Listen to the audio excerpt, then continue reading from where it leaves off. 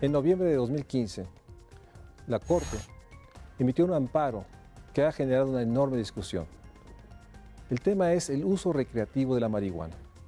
En esta discusión hay tres grandes temas que han sido abordados.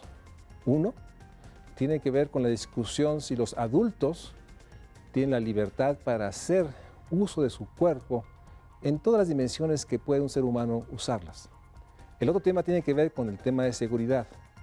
¿Hasta qué punto el tema de la marihuana está vinculado con la ola de criminalidad y de violencia y de injusticias que se cometen en nuestro país? Y el tercer tema tiene que ver con una realidad.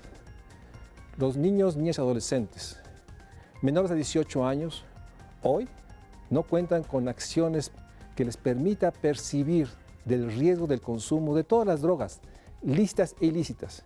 Incluso hay un debate de los expertos en que algunos sostienen que la marihuana es una droga menos nociva que otras. Otros sostienen que la marihuana está vinculada a un consumo múltiple de otras drogas que genera daños irreversibles. De eso hablaremos hoy en el Estudio de México Social. De acuerdo con la Comisión Nacional contra las Adicciones, CONADIC, actualmente se han establecido indicaciones médicas para el uso terapéutico de cannabinoides, utilizando las presentaciones farmacéuticas existentes y dejando de lado el uso de cannabis fumada, pues la absorción de la dosis no es controlable. En nuestro país, el uso restringido del cannabis en tratamientos terapéuticos se debe, en parte, a que este fármaco se asocia más con el estilo de consumo recreativo que con el uso clínico. Sin embargo, el documento técnico Uso médico del cannabis tiene sustento científico, publicado en 2014 por la Comisión Nacional contra las Adicciones, argumenta que el diseño de moléculas más selectivas y con mayor potencia farmacológica, tales como dronabinol, nabilona y cannabidol, adjudican propiedades terapéuticas al cannabis. Por ejemplo, los cannabinoides tienen cierto efecto analgésico, especialmente para el dolor crónico. Incluso los cannabinoides podrían ser utilizados para reducir las dosis de morfina en tratamientos de dolor crónico con buenos resultados analgésicos y reduciendo el potencial adictivo del opiáceo. También existe un potencial efecto benéfico del cannabis en el tratamiento de la coordinación motora, sobre todo en casos de hiperquinesia como la enfermedad corea de Huntington y el síndrome Gilet de la Tourette, o síndromes hipoquinéticos como la enfermedad de Parkinson. También se han desarrollado ensayos clínicos que pretenden explicar los efectos benéficos de los cannabinoides en enfermedades neurológicas de origen autoinmune, como la esclerosis múltiple, sobre todo en la espasticidad en pacientes que se automedican con cannabis. En el caso del cáncer y el SIDA, la Comisión Nacional contra las Adicciones describe que el cannabis también puede ser utilizado debido a que cuenta con potencial efecto antiemético y capacidad de incrementar el apetito. Los cannabinoides se han planteado para reducir la náusea y el vómito en pacientes con cáncer tratados con antineoplásicos, o para reducir la caquexia en pacientes con SIDA que mantienen de forma crónica tratamientos con compuestos antirretrovirales. De acuerdo con la Comisión Nacional contra las Adicciones, CONADIC, los beneficios terapéuticos del cannabis son bifásicos, es decir, inicialmente se presenta una mayor respuesta de manera aguda con una dosis baja del fármaco. Sin embargo, esta respuesta disminuye rápidamente ante la administración repetida de cannabis, siendo necesario consumir dosis cada vez mayores para alcanzar los mismos efectos que se consiguieron en un inicio. Lo anterior no favorece del todo al tratamiento, ya que esto puede propiciar su uso crónico y sus efectos secundarios. A partir de noviembre de este año 2015, la resolución de la Corte sobre el uso recreativo de la marihuana ha generado un enorme debate. Bienvenido el debate, la discusión. Y creo, agradeciendo a María Medina Mora que estés en este estudio nuevamente, el debate ha tenido tres grandes aristas, pero me quisiera concentrar en uno. Obviamente el primero es el tema sobre la libertad de los adultos para poder decidir el consumo de cualquier bien. El otro tema es el tema de la seguridad, la vinculación de la prohibición con eventos criminales y las consecuencias que tiene. Pero el tercer tema, que es el que me gustaría que abordáramos más plenamente en el programa, es el efecto que tiene el consumo de la marihuana en niños, niñas, adolescentes. O sea, aquellos que están bajo la tutela de los adultos y debemos nosotros regular sus conductas para impulsar un desarrollo adecuado de su personalidad. Y ahí el tema, y me gustaría que empezáramos ahí, es, dicen algunos, o por lo menos yo he oído, que la marihuana es una droga menos nociva que otras y que se le está castigando de más cuando hay otros, incluso alimentos que pueden ser tan nocivos. Entonces empecemos con esa parte, o sea, ¿qué tan nociva es el consumo de la marihuana cuando hablamos de niños, niñas y adolescentes? Sí, este es un tema muy importante porque tiene muchas aristas y justamente lo que nos preocupa son básicamente los adolescentes y las personas que tienen cerebros vulnerables. Y básicamente el inicio en la adolescencia pues genera esta vulnerabilidad y se combina con a lo mejor otras condiciones genéticas y vamos a ver cada una de estas situaciones. Entonces, se ha dicho que la marihuana se ha puesto en el mismo nivel que otras drogas que son más nocivas y esto es cierto, es decir, cómo medimos nosotros el impacto de una droga y tendría que ver con la proporción, por ejemplo, de la persona que la consume y desarrolla dependencia. Entonces sí, la marihuana es la sustancia que genera los niveles más bajos de dependencia comparado con otras drogas como por ejemplo la cocaína o la heroína. Si el consumo se da en la adolescencia, entonces el índice de personas que desarrollan dependencia es significativamente mayor. O sea, sí hay una huella neurológica. En el inicio temprano, sí.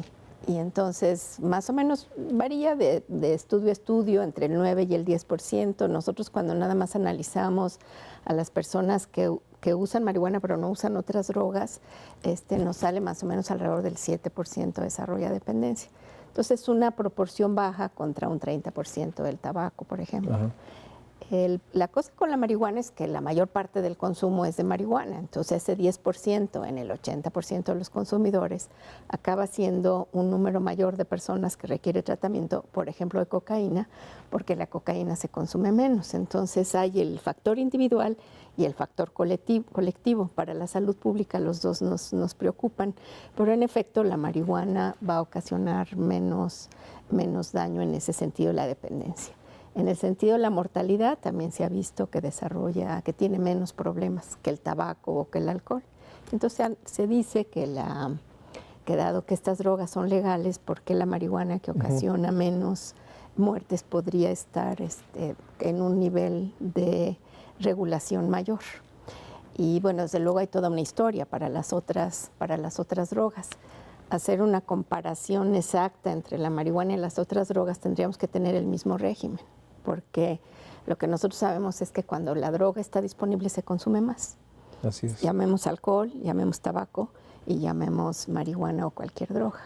Ahora, el alcohol, ¿por qué tiene ese efecto tan grande en la mortalidad? Bueno, porque la intoxicación incapacita, por ejemplo, el conducir, porque se asocia con 64 enfermedades, porque la cirrosis lleva a la muerte. Entonces sí hay una afectación ahí muy grande y también una afectación muy grande en el daño a otros, porque una persona que maneja y choca puede afectar a muchas otras personas, porque la violencia familiar se ve afectada. Entonces, en ese sentido, la marihuana tendría un impacto menor. Pero es real este supuesto que un adolescente solo consume, digamos, en este caso marihuana. Yo tengo la percepción, y es percepción, de que normalmente las drogas como la marihuana o el alcohol, el tabaco, se consumen, digamos, de una manera cruzada. Fuman y además marihuana, alcohol y marihuana. Entonces, el efecto es, digamos, más complejo porque inciden las tres, que además tiene que ver con esta realidad. Si reconocemos que casi 6 de cada 10 niños adolescentes viven en pobreza, y esto lo que implica en términos de tener capacidades de salud, de nutrición, digamos, reducidas o menores a las deseadas, también tiene un impacto mayor. No, por supuesto.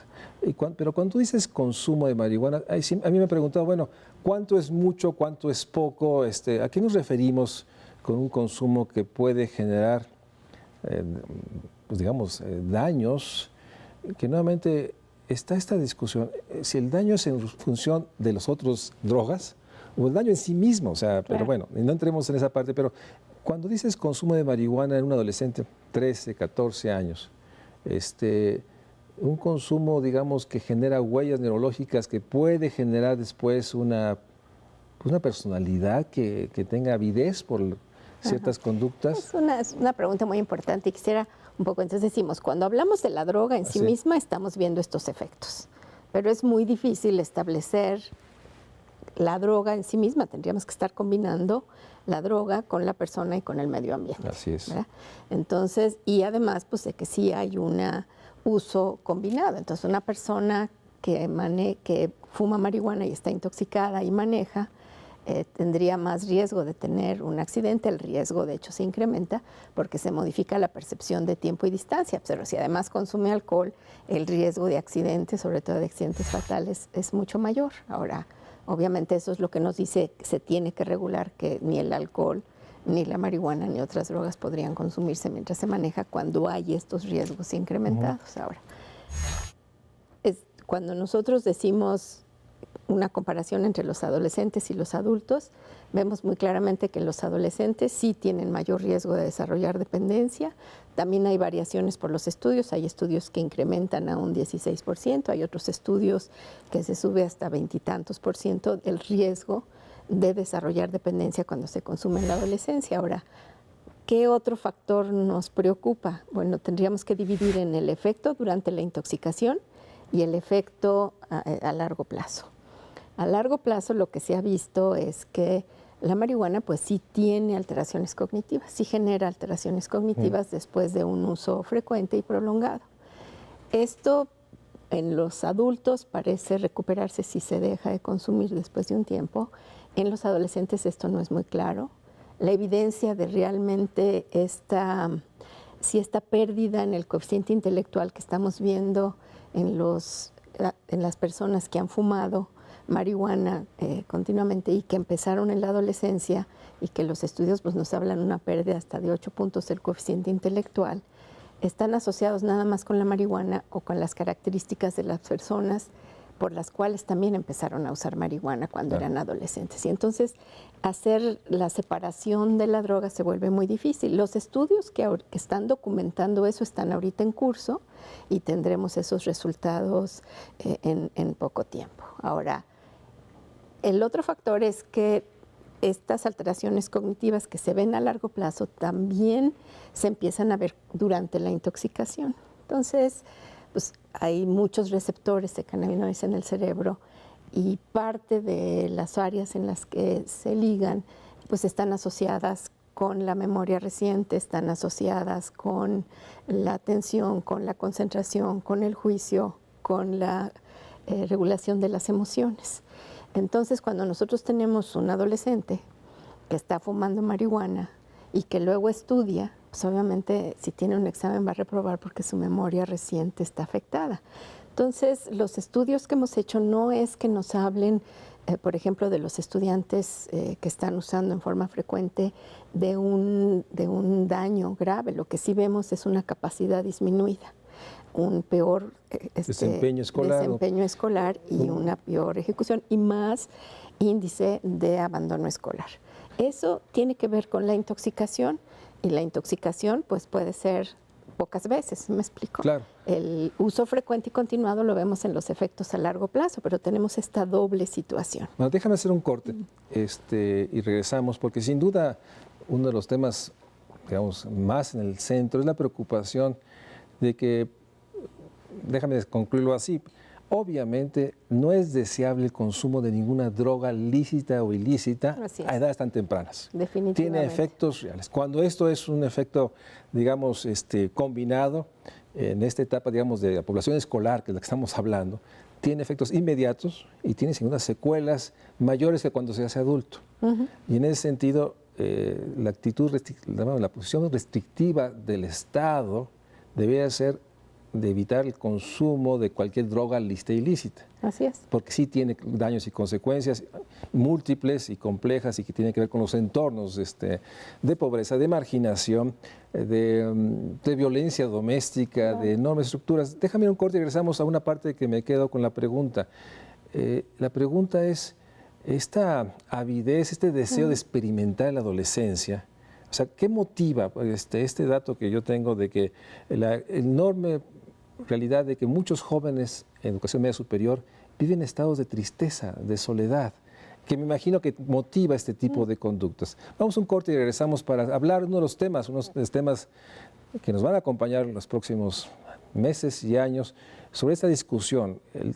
La discusión es el impacto que tienen las drogas listas y ilícitas sobre la marihuana. Una preocupación de que en la medida que parecía ser que se hace permisible, no solo estamos hablando de la marihuana, sino de todas, alcohol y tabaco.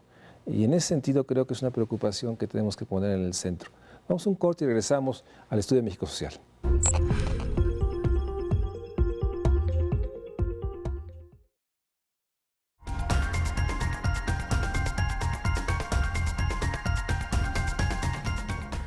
Marina, platicábamos en el corte, tú llamaste, y me gustó el adjetivo, la avidez. O sea, ¿qué genera este deseo de experimentar? ¿Qué está atrás de esta búsqueda de drogas listas y ilícitas? Y que finalmente también tiene que ver con los entornos. Yo te decía, en un entorno de gran estrés, porque la familia no tiene recursos, por la violencia que existe, por la sensación de vulnerabilidad, en esa gran dimensión de esa palabra, obviamente creo que los jóvenes adolescentes, 12, 13, 14 años, pues buscan a través de drogas listas y ilícitas, marihuana, ciertos deseos que parece ser que el consumo de alcohol, tabaco y marihuana les genera por lo menos una respuesta inmediata. ¿Cómo está esta parte de la avidez, de los impulsos, lo que motiva? Ajá. Pues digamos que una parte es la parte del desarrollo del cerebro y de dónde están afectando las drogas, porque ciertamente producen placer. Y nosotros estamos programados, digamos así, para reproducir todo aquello que nos produce placer. Entonces, cuando una persona está, por ejemplo, en el caso del alcohol, tiene un estado de ansiedad, de repente toma una copa de alcohol y se siente relajado, y esto lo motiva y lo estimula a que siga consumiendo, y cuando esto ocurre, pues el riesgo de continuar y consumir cada vez más y más frecuentemente, pues lleva a un incremento en el desarrollo de la dependencia. Cuando nosotros comparamos a las personas que tienen un trastorno emocional previo y se encuentran con las drogas, como un trastorno de ansiedad, pues cuando llegan a la edad adulta tienen el problema de drogas y no han resuelto el problema de ansiedad. Cuando no pasa por las drogas, normalmente estos problemas tempranos de ansiedad se resuelven. Entonces, sí vemos que hay una comorbilidad importante, y cuando nosotros hablamos de estos cerebros vulnerables, pues hablamos de estas condiciones específicas de personas que necesitarían otro tipo de alternativas, otro tipo de tratamiento, y que la entrada por las drogas en este deseo inicial de resolver problemas, pues los lleva a tener más problemas. Cuando dices cerebros vulnerables, déjame ver si lo puedo traducir, si es correcto, es tristeza, sensación de tristeza, de soledad. Cuando hay depresión. Depresión, o sea, de esta terrible frase que creo que todos nos hemos dicho, quiero pero no puedo, ¿no? Y no encuentra, en este caso un niño, adolescente, una salida. Lo que me estás diciendo es que la salida vía las drogas hace que este problema neurológico se mantenga más, en proporción mayor que en otros casos si no se hubiera optado por el consumo de... Así es, y que entonces esta situación previa incrementa el riesgo del consumo y incrementa el riesgo de dependencia. Entonces sí tendríamos como que estar cuidando todos estos factores de riesgo para evitar que la vía por las drogas sean una salida, cuando puede haber salidas por otro tipo de tratamiento, y desde luego eso nos preocupa. Una vez que ya está establecido el problema emocional, también las drogas lo exacerban. Entonces sí tenemos que proteger a estas poblaciones vulnerables. Ahora, aquí lo importante sería cómo podemos proteger a los adolescentes. ¿Por qué pensamos que no deben de tener acceso, pero ni al alcohol, ni al tabaco, ni a las drogas? Tendríamos que estar regulando para evitar que tengan ocasión, o sea, que estén expuestos a la oportunidad, porque una vez expuestos a la oportunidad incrementa la probabilidad de que las personas consuman. Entonces, la pregunta es, ¿qué podemos hacer? En el caso del alcohol, sabemos qué tenemos que hacer, sin embargo no lo hemos hecho. O sea, la mayor parte de los países desarrollados han establecido una serie de regulaciones y de medidas de prevención y tratamiento que han hecho que su tasa de accidentes baje a la mitad, su mortalidad baje a la mitad, y tiene que ver con políticas, por ejemplo, de reducir la disponibilidad, de no tener que los adolescentes no tengan acceso a estas sustancias, entonces retrasar esta edad de inicio para pasar esta etapa de especial riesgo. En el caso mexicano son 18 años, pero la realidad es que hay una enorme disponibilidad, yo diría una gran fractura de la norma. Yo siempre sostengo que esta enorme responsabilidad de los dueños de los hoy llamados antros que disponen, y moda, creo yo, de consumo explosivo, ¿no? Los shots, 5 o 6 copas, mujeres y hombres muy jóvenes. Sí. Entonces, el término real es de que más allá de... La experiencia nos muestra, y es el juicio que quisiera que tú hicieras, que en el caso de la regulación de la disponibilidad de este tipo de drogas, alcohol y tabaco, en adolescentes, el saldo al día de hoy es de una enorme fractura. No hemos podido imponer ni limitar la adquisición del consumo o la venta. Eso sí. Y yo creo que esto tiene que ver con que hay muchos intereses económicos atrás, y que estos intereses económicos pues lo que quieren es incrementar el consumo, incrementar el número de consumidores, pero sobre todo los consumidores que consumen grandes cantidades, porque es ahí donde está el negocio. Y empieza a haber un conflicto de interés entre el interés que puede ser genuino a veces de la industria de incrementar sus ganancias, pero no a costa de incrementar la población que está en riesgo. Y me parece que es ahí donde empiezan las tensiones. Si los países que han podido regular han incrementado precios, han hecho que esté menos disponible, han aumentado la edad de inicio, y esto sea legal para poder consumir, y esto ha hecho que reduzcan sus problemas, pues nosotros podríamos hacerlo. ¿Eso qué tendría que decir? Bueno, tendríamos que estar regulando con mejores impuestos las bebidas. En México hay este pensamiento de que la cerveza es una bebida de moderación, no lo es. En México la cerveza tiene la mayor parte del consumo per cápita, le ha ganado el mercado a muchas bebidas y muchas personas desarrollan dependencia con la cerveza. La cantidad el volumen de agua que se toma cuando se toma una cerveza es mayor que cuando se toma una dosis de tequila, pero la concentración de alcohol en sangre es la misma y el riesgo de accidentes es el mismo. Entonces, no es tanto, no es una bebida de moderación, genera el mismo nivel de intoxicación. Claro, uno consume más líquido con una que con otra, y tendríamos que estar regulando todas las bebidas, incluyendo la cerveza y el vino de mesa y todos los destilados dentro de esta política. Este incremento de precios con impuestos pues tiene que venir acompañado del control del mercado. ¿Tú postularías que es importante subir los precios del tabaco y el alcohol? Así es, y esa ha sido la medida más efectiva en todo el mundo. Para una medida, digamos muy en el ámbito económico, a mayor precio, y si no hay bienes sustitutos, la gente tendrá que buscar otras opciones. Exacto, y nada más no tener la oportunidad. Por ejemplo, cuando se dijo no hay que dejar que los adolescentes o que los estudiantes fumen en la escuela. Dice, no hay que prohibirlo porque les va a dar ganas, pero sin embargo lo que nosotros vemos es que cuando no se puede hacer en todos lados, la probabilidad de que se exponga el cerebro a un uso repetido disminuye, y disminuye el riesgo de desarrollar dependencia. Entonces son medidas muy efectivas que tienen que ver con reducción de la oportunidad, que es a partir de precios, vía impuestos, y también es a partir de la restricción de los lugares en donde esto es posible. Nosotros lo que vemos en los estudios de la carga global de enfermedades, que el alcohol es el principal factor de riesgo para mortalidad prematura y días vividos sin salud en los hombres jóvenes, y en 20 años no hemos cambiado ese nivel, ¿no? Quiere decir que sabiendo lo que tenemos que hacer, no lo hemos hecho.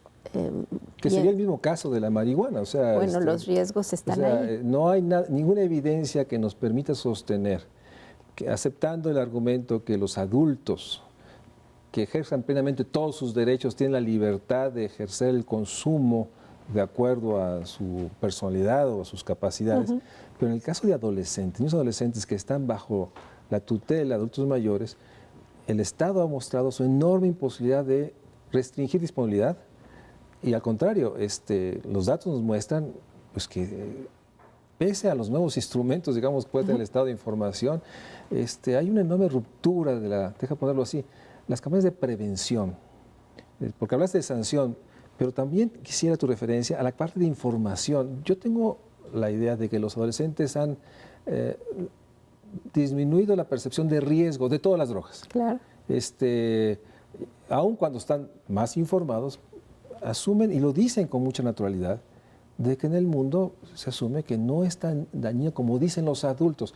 ¿Qué ha fallado en términos de la información? ¿Por qué hemos sido tan poco capaces de darles esa percepción de riesgo? Yo creo que por una parte es como haber exagerado y que ellos ven jóvenes que normalmente están empezando el consumo y que no tienen las consecuencias que se ha dicho. Y entonces tienen una falta de credibilidad. Yo creo que el mensaje tiene que ser claro, tiene que ser exacto y se tiene que decir cuál es ese riesgo. Esa es una parte. Otra parte es que este hecho de confundir la marihuana medicinal con el efecto terapéutico de los componentes de muchas plantas, incluida la marihuana, hacen pensar que la marihuana fumada es buena para la salud. Eso no es real. Sí, hay una asociación que parece ser que la marihuana fumada es igual a una marihuana que terapéuticamente tiene una sustancia que se ha mostrado que tiene ciertos impactos en cierto tipo muy específico de padecimientos. Y yo creo que muchos más van a salir en la medida en que incremente la investigación, porque sí hay muchas sustancias integradas en la marihuana que podrían tener efectos benéficos para la salud, pero hay que hacer todas las pruebas. Entonces hay un problema de comunicación en términos de hablar de la sustancia activa que sí resuelve o mitiga ciertos problemas y simplemente decir la marihuana terapéutica o la marihuana medicinal. Y me parece que hay eso, una distorsión. Exacto, confunde mucho porque es lo mismo con el opio, ¿no? Del opio sale la heroína, que es una droga muy adictiva y que lleva a mucho dolor por parte de los usuarios y también a la muerte prematura y a factores de riesgo como el SIDA. Y por otra parte tienes la morfina, que se utiliza para manejo del dolor, que sale de la misma sustancia y que manejada bien, con las dosis y las frecuencias adecuadas, pues permite a las personas... una vida digna, digamos, en momentos de alto dolor. Déjame hacer un corte y ahorita regresamos porque déjame, y me corriges, dos afirmaciones. Uno, la marihuana, como otras drogas, cuando es consumida en etapas, digamos, muy tempranas, adolescentes, sí tiene secuelas y daños inmediatos, población aprendizaje y a largo plazo. Muy diferente cuando son adultos. Y dos, el Estado ha mostrado una enorme incapacidad para restringir la disponibilidad de drogas lícitas e ilícitas y quedando un consumo explosivo que genera grandes daños, como pueden ser las muertes por accidentes. Claro, y aquí, digamos, yo creo que la sentencia de la Suprema Corte de no permitir el comercio es muy acertada, porque entonces deja fuera los intereses económicos que aumentarían la disponibilidad y estarían buscando clientes. Sí, ¿no? quita una parte, pero ahorita nos referimos, regresando del corte, a los otros riesgos, porque ha sido aplaudida la razón de la Corte en términos de permitir a estos 4 personas que se ampararon y los que vengan, una producción, digamos, que no esté atrapada en los intereses, los grandes intereses comerciales que pueden ofertarles. Pero por otra parte, sería parte de la pregunta, el debate ha de una manera derivado en términos a una percepción del no riesgo de todas las drogas. Pareciera ser que si la marihuana no es dañina o es la menos dañina, pues tampoco el alcohol y el tabaco. Y si el Estado no hace nada o hace muy poco, es porque también está convencido. Hay una cosa muy perversa en términos de los intereses económicos y un Estado que no puede regular la venta. Yo no digo en el restaurante, en la colonia más marginada, no, la venta a adolescentes en restaurantes de alto ingreso donde supuestamente habría más supervisión. Hay una ruptura brutal que está dañando, lastimando y generando una generación que puede tener una serie de huellas dañinas que van a afectar a futuro. Vamos a un corte y regresamos para hablar de qué experiencias podemos tomar del mundo que nos pueden decir que sí podemos vivir en un mundo de libertades y derechos para los que tienen este piso básico de derechos y cómo proteger a los vulnerables o los que ya tienen daños neurológicos o huellas neurológicas que requieren otro tipo de acompañamiento. Y en ese sentido creo que tenemos mucho que decir. Vamos a un corte y regresamos al Estudio de México Social.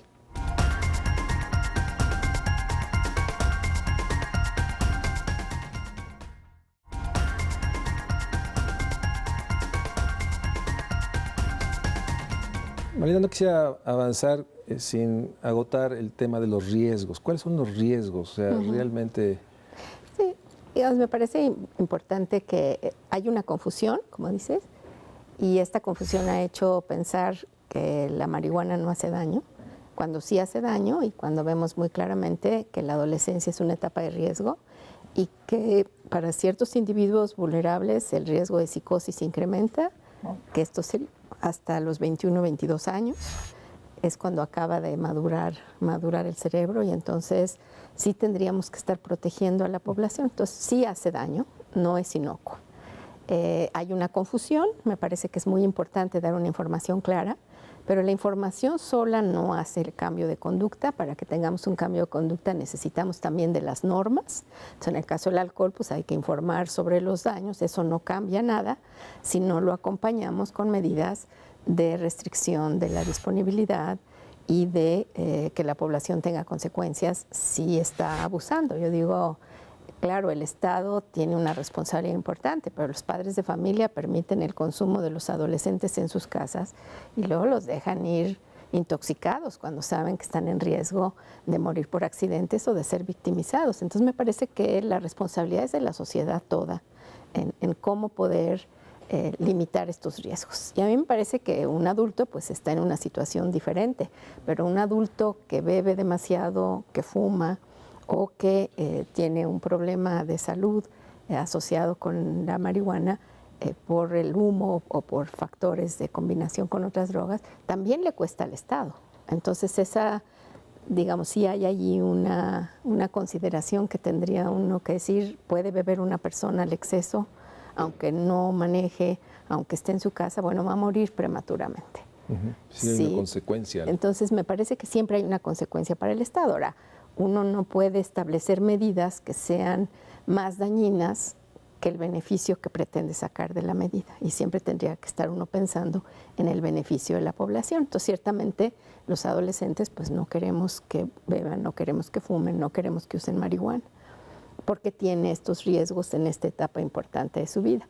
Y necesitamos tener las dos cosas, la información, que ellos mismos se den cuenta cómo les afecta, porque no es muy visible, y por otra parte también esta normatividad social, esta, digamos, corresponsabilidad de los maestros, de los padres de familia, de las autoridades en protegerlos. Y me parece que eso es una responsabilidad de todos y esto tiene que ver con todas las drogas, ¿no?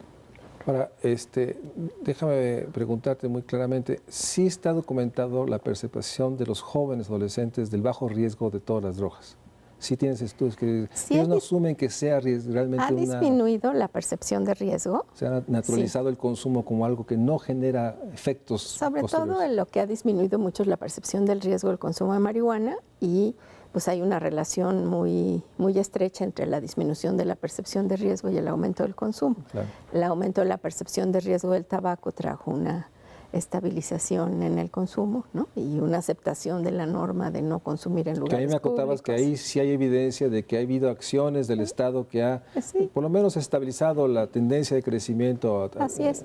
Y lo que vemos es que sí tenemos esos lugares libres de humo, sí tenemos esa menor exposición involuntaria y voluntaria al tabaco porque se ha restringido y porque la población también ha percibido que sí es dañino el tabaco. Y los no fumadores pues han exigido un ambiente libre de humo. Entonces me parece que sí hay muchos logros y que tenemos que también trabajar sobre esos, ¿no? La situación que me preguntaba sobre qué hacer, si podemos prevenir, pues sí hay modelos de prevención que han sido muy efectivos y que tienen que ver con darle a los jóvenes estas herramientas para enfrentar las situaciones de la vida sin drogas, cómo poder resolver conflictos sin violencia, cómo poder identificar las emociones y comunicarlas, en fin, a los papás cómo orientarlos a tener mejores prácticas de crianza que hacen que sus hijos tengan menos problemas y una noción muy clara de qué es lo que se permite y qué es lo que no se permite. Ahí mi primera reacción, aceptando que sin duda existen estos, digamos, protocolos o métodos, es la enorme sensación de la enorme fractura de las capacidades en las escuelas y en los hogares para introducir estos, digamos, estos grandes aspiraciones ciudadanas, capacidad de respetar la diferencia, tolerancia a la situación digamos, de una enorme diferenciación del uno al otro, diálogo, etcétera. Introducir estos elementos son vitales en esto y en todos los temas, pero ahí sin duda nos falta, un amigo me decía recientemente, la construcción de políticas públicas para fortalecer la economía del cuidado. Pero bueno, aceptando eso, que sí hay posibilidades y que se requiere una una urgente. Tú has estado en varios foros y mesas de debate. ¿Dónde están las posiciones con respecto al tema de marihuana? Es que me parece que el tema es muy complicado porque no tenemos nada más el problema de salud, ¿no?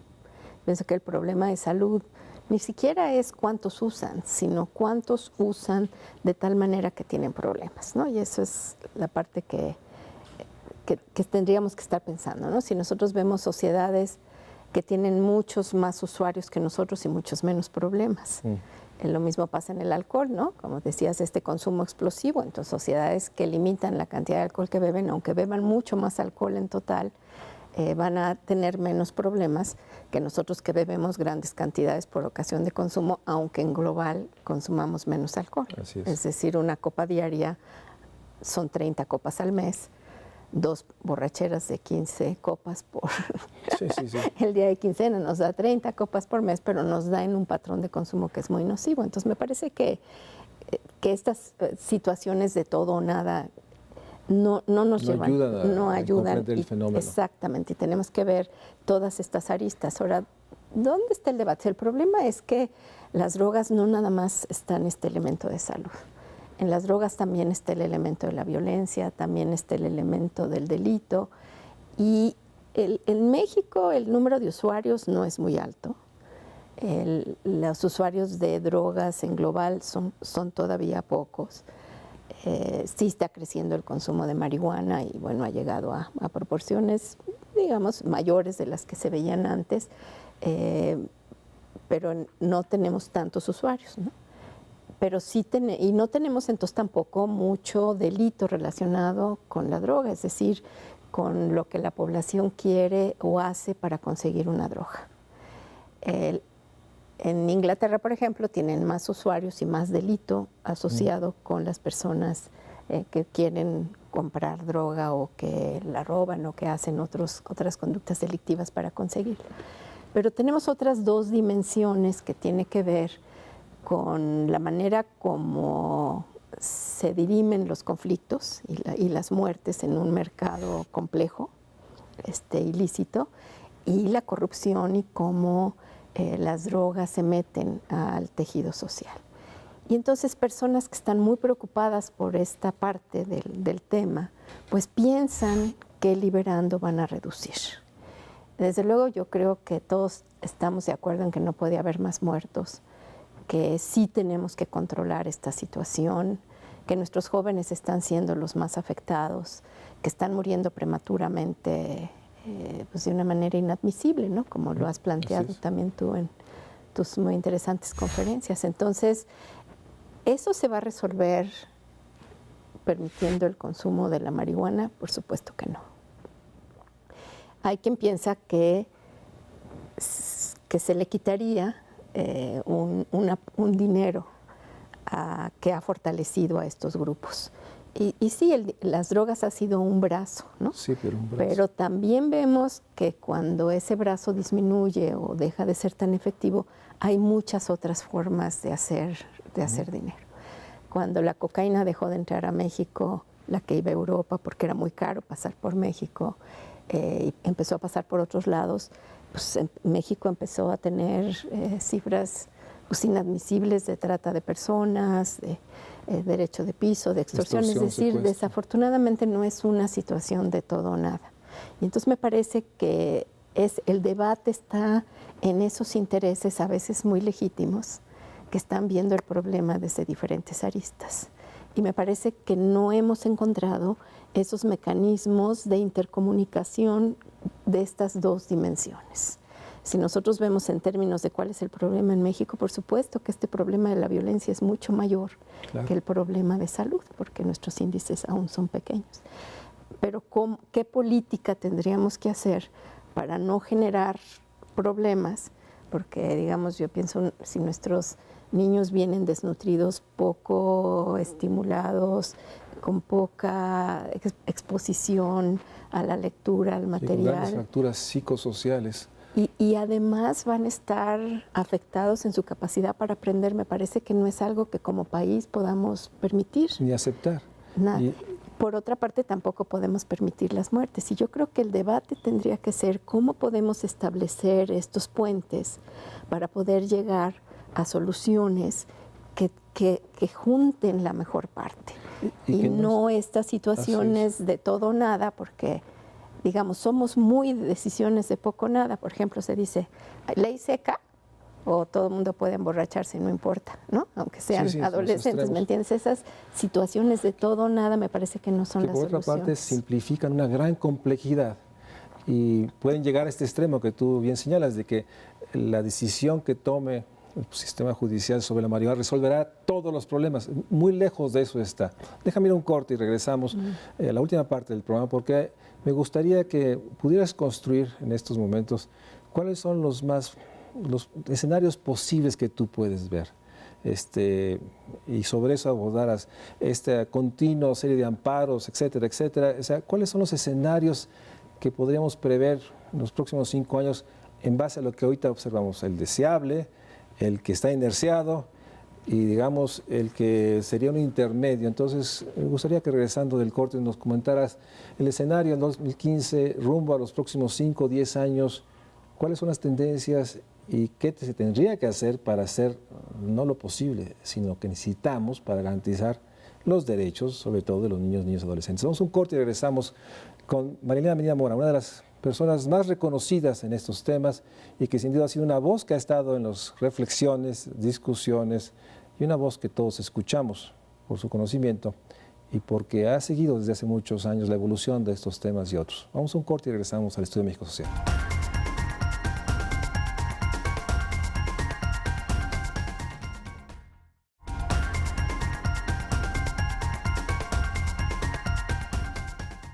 Marlene, te preguntaba, estamos a fines del 2015, ¿cuáles son los escenarios que tú ves después de haber estado en estos debates, generando información, documentando lo que tú ves desde el Instituto Nacional de Psiquiatría?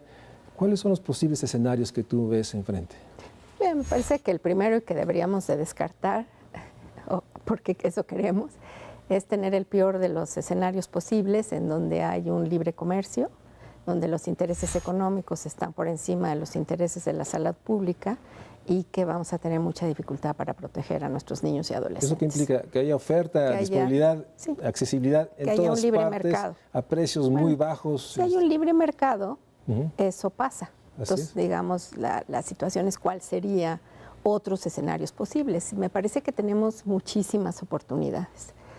Yo pienso que no puede entrar la gente a la cárcel por fumar marihuana o por tener digo, en teoría no debería de entrar por usar, porque no es un delito, pero por dosis. Sí, por portar una dosis de los 5 miligramos, me parece algo así no. Que está. Tampoco una persona que enferma y que entonces cometió algún delito para conseguir la droga, la cárcel no es la solución de una enfermedad. Pero sí debe haber entonces disponibilidad de la sustancia activa para poder paliar ciertos daños de salud. Digamos, yo pensaría que sí necesitamos garantizar tratamiento. Y me parece que cuando se establecen las dosis mínimas hay un avance porque se dice, bueno, no se va a extorsionar por estas cantidades. Creo que ha llegado el momento que se tienen que revisar y yo sí pensaría que tenían que crecer. aumentarse y que tenemos que analizar cuál es eso que nos permita ese equilibrio entre no generar mayor consumo, pero ciertamente no tener como respuesta la cárcel. Me parece que ese es un tema muy importante. Tampoco pienso que la pena de cárcel tendría que ser para alguien que porta marihuana. A lo mejor tendríamos que estar pensando en otro tipo de sanciones. Y eso también me parece que es importante. Ahora, también tendríamos que educar a la población de qué significa estas dosis, ¿no? Y estas dosis no son para adolescentes, son para adultos. Insistimos, no es para adolescentes. Pero, digamos, ahí estaría una área de oportunidad muy importante en que sepan, porque me parece también que esta criminalización de los jóvenes y esta, pensar que son los culpables de todo, me parece que no es justo. Entonces me parece que ahí tenemos una gran área de oportunidad y que cuando nosotros planteamos o la ley plantea que puede ir a tratamiento después de 3 veces, pues tendríamos que garantizar el tratamiento. Lo cual, ahorita estamos lejos de garantizar ese tratamiento. Hay mucho tratamiento y mucha inversión para el tema que era en México el problema de drogas, que es las personas que no son usuarios graves. Y para los usuarios graves nos está faltando intervención. Hay mucha más oferta de la sociedad civil que del Estado, y me parece que para drogas de sustitución y para enfermos graves se tendría que haber más inversión en el Estado. Y me parece que ahí tendríamos que buscar muchos modelos de cómo hacerlo, incluido la atención de los adolescentes que son con situaciones de vulnerabilidad o que tienen problemas. Digamos, esa es una parte importante. La atención de la enfermedad mental en la infancia me parece básica. Nosotros sabemos, por ejemplo, que una fobia se establece en promedio a los 7 años y que cuando un chiquito tiene fobia y se encuentra con las drogas, el riesgo de que desarrolle dependencia va a ser en las mujeres hasta 10 veces más, en los hombres un poco menos. Y entonces el riesgo atribuible de una enfermedad mental no tratada en la infancia para el desarrollo de drogas es altísimo. Entonces es una intervención costo efectiva muy importante. ¿Cómo dotar a los jóvenes de estas herramientas para enfrentar la vida? A los niños, adolescentes y jóvenes se ha visto que tiene efecto. Ahora, no podemos pensar en esto sin desarrollo. Sí, claro. Sí. Porque, digamos, parte del problema ha sido que este bono demográfico pues no tiene oportunidades de educación y empleo para realmente convertirse en un bono demográfico, y entonces esta existencia de estas alternativas paralelas pues se ha vuelto algo que se da porque no hay suficientes oportunidades. Sí, déjame parafrasearlo, los entornos en los cuales hoy en día no podemos garantizar al 100% de los adolescentes en edad, digamos, preparatoria, o al 100% de los jóvenes que deberían estar en la universidad, el espacio para entrar. Ni el trabajo, o sea, ni lo estamos lanzando a entornos en los cuales hay esta terrible frase que ha sido documentada por expertos de el gran aburrimiento, o sea, no hay trabajo, no hay ingresos, no hay entornos saludables, no hay espacios educativos públicos, y bueno, queda esta dimensión de conductas no deseables de todo tipo.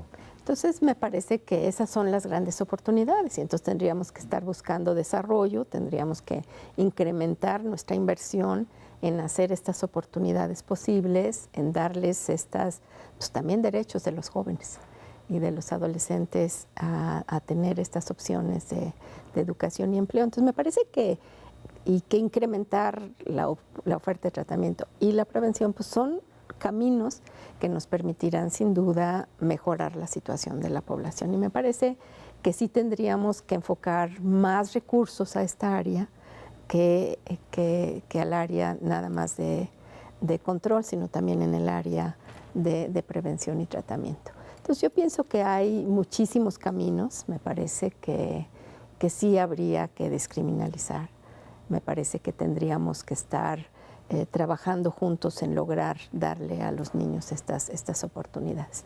Y ejemplos de buenas prácticas hay muchas, pero los esfuerzos aislados se diluyen, entonces tendríamos que trabajar en una política global que nos garantice que esto es posible, pero trabajar al mismo tiempo con estos programas que nos permitan evitar la réplica de los ciclos de violencia,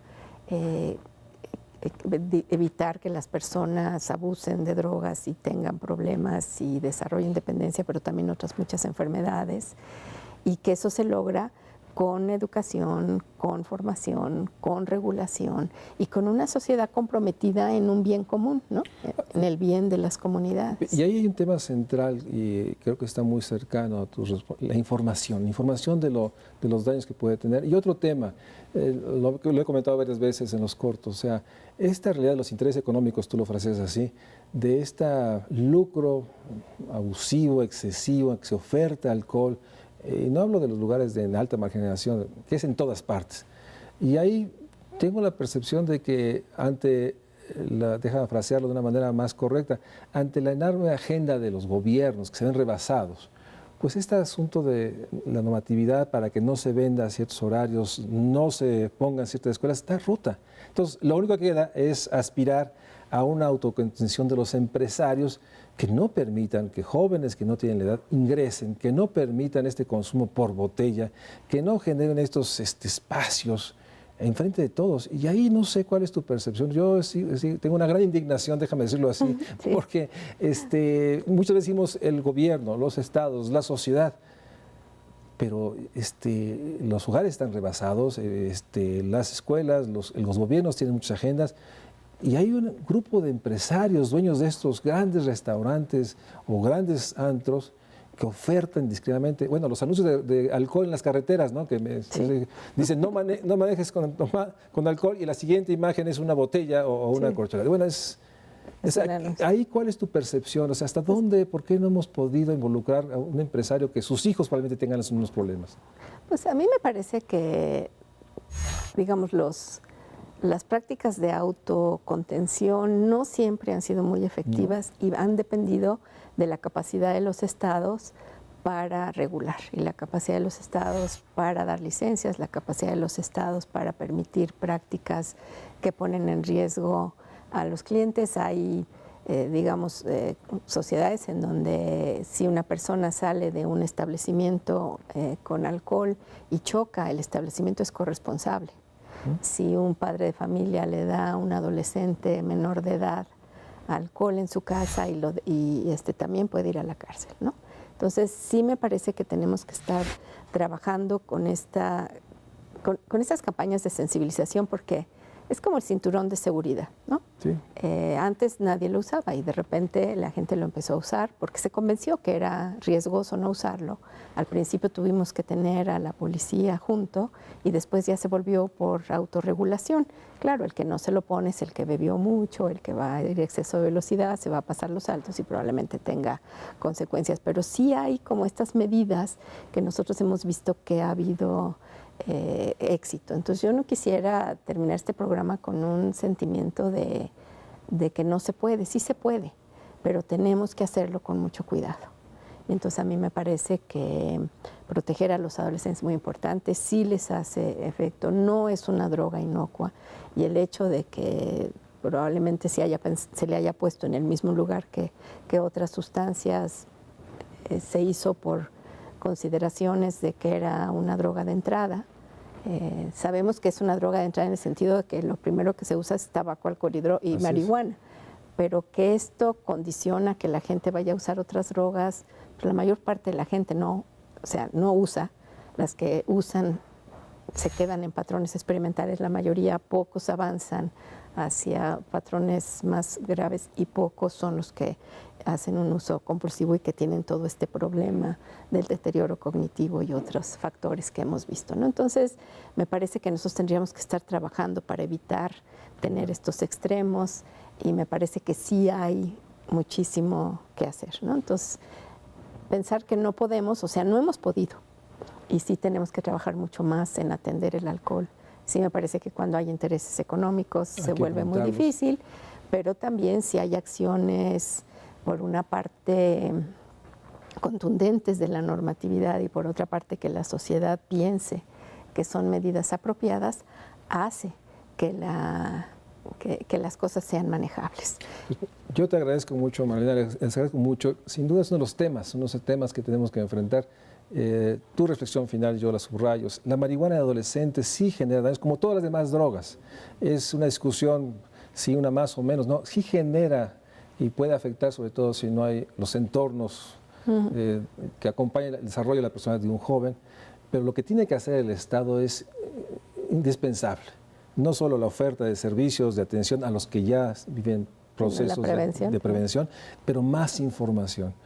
Yo tengo por lo menos esta percepción de que este debate que se origina a raíz de la Suprema Corte no ha ayudado a tener más información de que cualquier droga ilícita genera daño, sobre todo en los adolescentes, y que requiere un gran esfuerzo del gobierno, del Estado, de la sociedad, de las familias, de los hogares, y salirnos de este asunto de buscar que la marihuana va a resolver otras esferas como las violencias o los abusos que están más allá. Quisiera invitarte, espero que el escenario deseable, no lo posible, sea la realidad, un Estado que invierta recursos, que construya más infraestructura para todos los temas de salud mental, de enfermedades neurológicas, pero por otra parte sí haya mayor información y requiere la otra parte de la ecuación, que se cumpla la norma. Un Estado que sancione realmente y no esta percepción, porque terminamos nuevamente este programa con una palabra que nos duele mucho, la impunidad. Normas, marcos, pero vivimos en un espacio en el que parece ser que son normas que no ayudan y se vuelven parte de los problemas. Gracias, Magdalena, tú eres parte importantísimo de esta reflexión. Espero tenerte pronto y gracias a ustedes por acompañarnos nuevamente en el programa México Social.